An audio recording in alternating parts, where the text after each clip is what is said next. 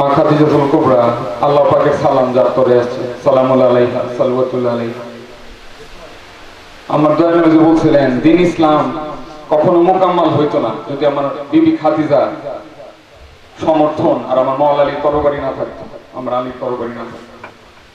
সেই মা খাদিজাতুল কুবরা আমার মা আয়েশা দয়াল নবীকে বললেন যে ইয়া রাসূলুল্লাহ, আমরা আপনাকে কত ভক্তি মহব্বত করি, কিন্তু বিবি খাদিজার স্মরণ থেকে আপনি এক মুহূর্তের জন্য গাফেল হন না, এটার কারণ আমার দয়ানিধি বললেন যখন তোমরা কেউ ছিল না তখন আমার খাদিজা ছিল, সবাই আমার থেকে মুখ ফিরায় নিছে, তখন আমার খাদিজা সকল অর্থ সম্পদ আমার কদমে দান করছে, এবং আমি আমার ফাতেমাকে আমি আমার খাদিজা থেকে পাইছি।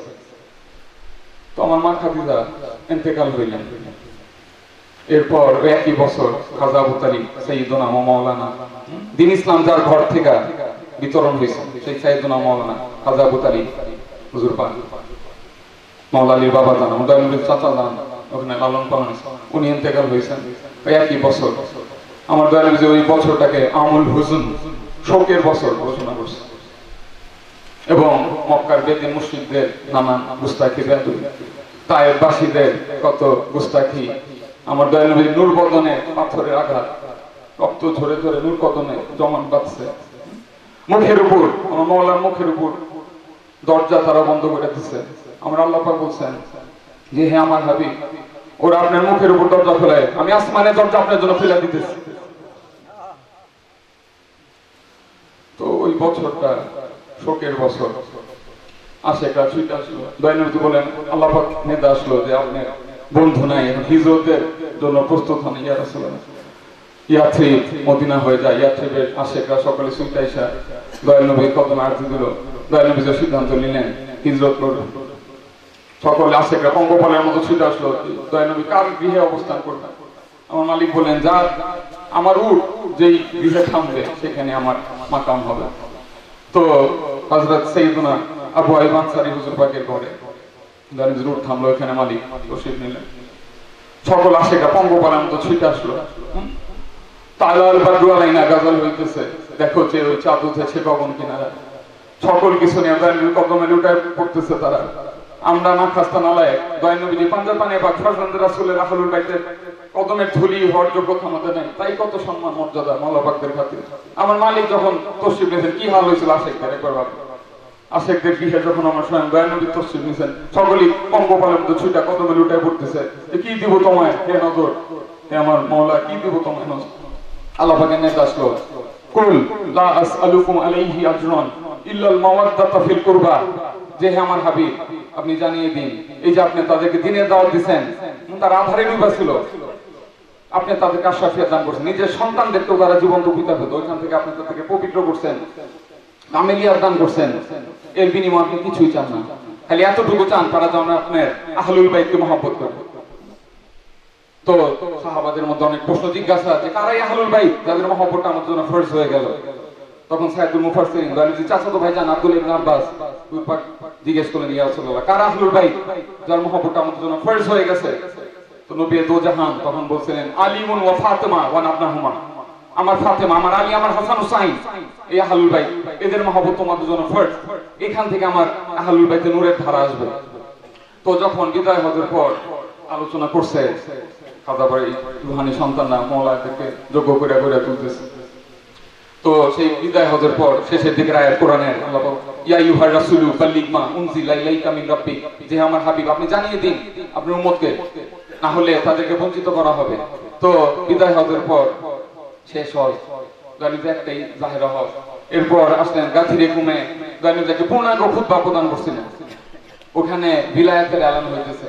নবী পাক বলছিলেন যে আল্লাহ পাক আমার ইন্তজারে আছেন, আমি খুব শীঘ্রই চলে যাব, তাহলে তোমরা আমার পর কি আঁকড়ায় ধরে বাঁচবা, আমি তোমাদের নিকট অতি ভারী দুইটা জিনিস রেখে যাচ্ছি, ভারী হাদিতে থাকা লাইন, ভারী দুইটা জিনিস থাকা লাইন, একটা হলো কিতাব আল্লাহ আর একটা হলো আল ইতরাত আহলুল বাইত, কোরআনে পাক the complete code of life, আমি বারবার বলি, এবং আমার আহলুল বাইত, আহলুল বাইত সাফিনাতুন নূহ, সাফিনাতুন নাজাত, নূহের কিস্তি, নাজাতের তরী, এখানে যদি তোমরা পদার্পণ হও তাহলে তোমাদের কোনো ভয় নাই, হাউজে কাউসারে আমরা সকলেই সমবেত হব, কোরআন এবং আহলুল বাইত কখনো একে অপর থেকে পৃথক হবে না। তো সেই সময় দয়ানবী সকলকে এই 16 লক্ষ সাহাবীর মাজমায় সাক্ষ্য নিছিলেন যে তোমাদের জান তোমাদের যত নিকটে তার চেয়ে আমি তোমাদের নিকটে। কারা কারা মানো?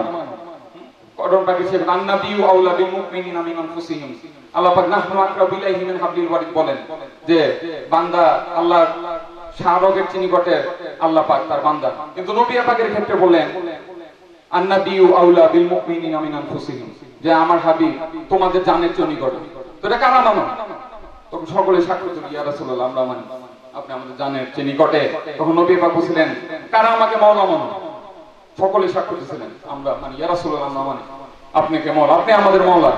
তখন দয়ালু বলছিলেন তাহলে জেনে রাখো আমার মাওলা আলী আলাইহিস সালাতু ওয়াস সালাম পাকে হাত বুলান্দ করে বলছিলেন মান কুনতু মাওলা ফারাজ আলী মাওলা, যে যারা আমাকে মাওলা মানো তারা আলীকে মাওলা মানো।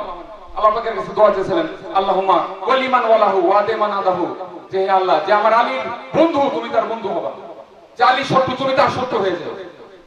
তো সেই মাওলা আলী থেকেই বিলায়াতের এলান হলো, ওখান থেকে ইমামত আল্লাহর ওলি পাক কুলকানি আদেশা হেদায়েতের নূর ছড়াইছেন। মাওলা আলী থেকেই সকল আল্লাহর ওলিরা দুনিয়াতে তশরিফ রাখছেন। সেই মাওলা আলীতে বিলায়াতের এলান, নবুয়ত মূলত শেষ, মূলত দায়েম, বিলায়াত দ্বারা নবুয়ত দায়েম হয়ে গেছে, ওটা খেলাফতে বাতেন ছিল, এগুলো হাকিকি অর্থ। তো মাওলা আলী থেকেই এই বিলায়াতের ধারা, আমার মাওলা হাসান মাওলা হুসাইন পাক পাঞ্জাতনের ধারায়, ওখান থেকে আমার মাওলা হোসেন পাক ইশকের খেলা খেলছেন কারবালায়, প্রেমের বাগান রচনা করছেন। মাওলা হোসেন পাকে আমার খাজা বাকারি মিনা বলছেন যে যারটাকে 96 লক্ষ লোক আজ থেকে 810 বছর আগে ইসলামের সুশীতল ছায়া তলে আসে, সেই খাজা বাকারি মিনা বলেন মাওলা হোসেন পাকে যে ঘোড়া চুল জানা তার ঘুরের সমান যোগ্যতা আমার নাই, কিন্তু আমি যদি চাইতাম কারবালায় আমার বাম হাতের কানে আঙ্গুলের স্পর্শে পানির নহর বয়ে দিতে পারতাম, আমার প্রভু হুসাইন কেন বহান নেই। এটাই ছিল হাকিকত, প্রেমের খেলা। কারণ আমার দয়ানবী বলছিলেন হাসরের ময়দানে সবার চোখে পানি থাকবে, কিন্তু আমার হুসাইনের এসকে যারা কাঁদে, আমরা আহলুল বাইতের মহব্বতে যারা কাঁদে তাদের ওদের মুখে হাসি থাকে। তো মাওলা হোসেন পাক এসকে রসুল আমাদের দিয়ে গেছেন যেটা জাহান্নামের আগুনকে নিভায়। মাওলা জাইনুল আবেদিন পাককে তিনি তাওয়াজ্জুহ আহলুল বাইতের নূরের টুকরা সকলে শাহাদাতের নূর পেলামান করলেন। মাওলা পাকদের তো তৃষ্ণা, তারা সাকিয়ে কাউসার, তাদের কিসের তৃষ্ণা? তাদের তৃষ্ণা হলো আশিকদেরকে পার করা, জাহান্নামীদের জান্নাতে আনার তৃষ্ণা খালি থাকে। সকল নূরের টুকরা শাহাদাতের নূর পেলামান করলো। আমার মাওলা জাইনুল আবেদিন পাকের ওখানে জাহের অসুস্থ ছিল, এটা প্রেমের খেলা। আমার মাওলা জাইনুল আবেদিন ওই হালে দাঁড়াইতেছেন, মাওলা হুসাইন পাক গায়া বলেন বাবা জান কঠিন কাজটা আমার জন্য রেখা দিলেন, কাফেরদের তীর আপনার কদম পর্যন্ত যাওয়ার আগে আমার বুক ভেদ করে দিতে হবে। না বাবা, হে আমার বাবা, আমার কারবালা আমাদের এটা ছিল, আপনার কারবালা এখন থেকে শুরু। এই তাওয়াজ্জুহ ইত্তেহাদি সিনা বসিনা যেটা আমার বক্ষে আছে, আমি দয়ানবী থেকে মা খাতুনা জানান মাওলা আলী মাওলা হাসান, এটা আমার এখন, এটা আমি আপনাকে দিয়ে যাচ্ছি। এই নূরের ধারা আপনার হয়া ইমাম মেহদী আলাইহিস সালাতু ওয়াস সালাম পর্যন্ত দায়েম ও কায়েম থাকে, এই আওলাদ রাসূল পাকের ধারা। তো সজরে তাওয়াজ্জুহ দিলেন আমার মাওলা জাইনুল আবেদিন পাকরে, ওই নূরের ধারা হয় বাবা, বাড়ি ইমাম পাক আসছে, ওই নূরের ধারাতে ইমাম তরিকতগণ, ওই নূরের ধারাতে আমার মেহেরপুরি, ওই নূরের ধারাতে আমার সম্পর্ক হচ্ছে। আমার দয়াল তাইজান পাক যখন মেহেদী বাগী হুজুর পাক বারবার তাইজান পাকের নূর জামালে নূর চমকাইতে দেখতেন পেশানিতে, বলতেন যে বাবা ইউনুস তোমার বংশ পরিচয় কি? তাইজান পাক বলতেন তোমরা সৈয়দ না? আমি কি বলতেন না আমাদের গোষ্ঠী হারায় গেছে হুজুর পাক। তো তাই মেহেদী বাগী হুজুর পাক বলতেন যে বাবা তুমি গোষ্ঠীর কথা বলো, বুঝা গেছে তুমি গোষ্ঠীর কথা বলো। দয়ানবী আমাকে অসংখ্য বার্তিদার দিচ্ছে, স্বপ্ন যোগে কাজ হয়ে জানিয়েছে ইউনুস আমার ফরজান, সে আমার আওলাদ, সেই আওলাদ রাসূলের ঘাট। তো আমার যখন নাজান পাক দুনিয়াতে তাশরীফ রাখলেন, তার বড় ভাইজান কথা আছে মদিনা নাদি, ওনার আসলো তাইজান পাক নামের জন্য গেলেন মেহেদী বাগী হুজুর পাকের দরবারে। তো বলেন যে বাবা হুজুর কেবলা সন্তান আছে তরিকতগুলো নাম রাখেন, বলে বাবা রাইখো খাজা হাশিমউদ্দিন সুসংবাদ নিয়ে আসলা। হঠাৎ জজবাহাল হলেন মেহেদী বাগী হুজুর পাক যে বাবা ইউনুস এরপর তোমার একজন সাহেবজাদা আসবে, তখন হয়তো আমি দুনিয়াতে থাকবো না, তো তার নাম আমি এখন রেখা দিতে চাই, সে শেষ জামানার সুলতান হবে, দিনের তলোয়ার, তার নাম রেখো সাইফুদ্দিন। তো আমার নানাজান পাক খাস কামরায় যখন যাকে মইমুনি পাককে আমার তাইজান পাক বলতেছিলেন যে বিবি বললেন 1,24,000, আমার মা বললেন মইমুনি পাকে বলছিলেন যে 1,24,000 পয়গম্বরের মাদের যে হাল হয়েছে, হে আমার বিবি তুমি প্রস্তুত থাকো, তোমার হাল হইতেছে।